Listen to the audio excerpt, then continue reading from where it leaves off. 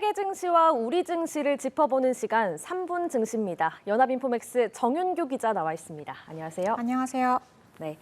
먼저 최근 뉴욕 증시 상황부터 살펴보죠. 지난주 금요일 뉴욕 증시 요약해 주실까요?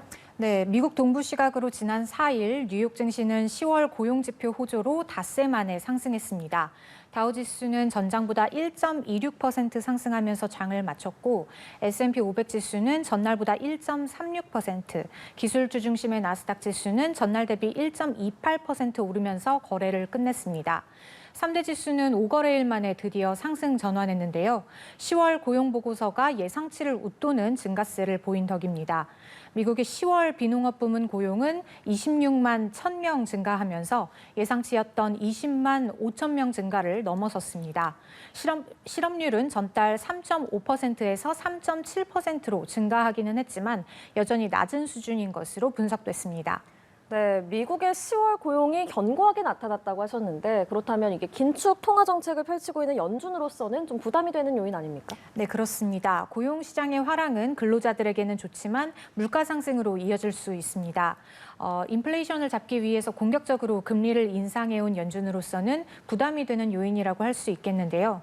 연준이 벌써 올해만 금리를 6차례 인상했고 글로벌 금융위기가 발생했던 2008년 이후 최고 수준으로 금리를 올렸는데요.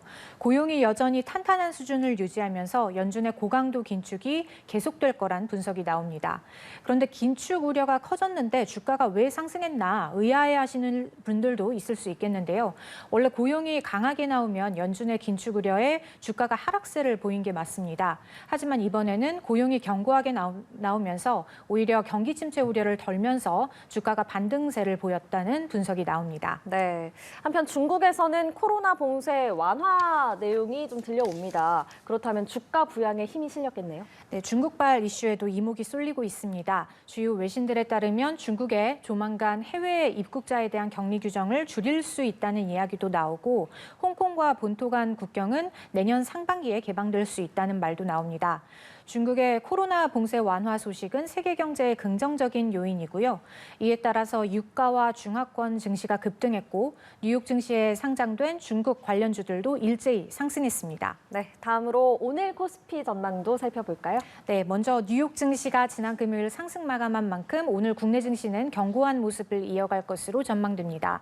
중국의 제로 코로나 정책 완화 소식도 국내 증시의 투자 심리를 개선시킬 수 있는 요인입니다. 지난 4일에도 코스피는 중화권 증시 강세에 덩달아 오르면서 2,350에 육박한 수준에서 마감했죠. 글로벌 증시가 전반적으로 베어마켓 영역에 머물러 있기 때문에 낙폭 과대에 따른 반등을 기대해 볼 수 있다는 분석도 나옵니다. 증권업계 일각에서는 이번 주 코스피 지수 예상 밴드로 2,260에서 2,370포인트를 제시했습니다. 네, 지금까지 3분 증시 정윤규 기자와 함께했습니다. 고맙습니다. 감사합니다.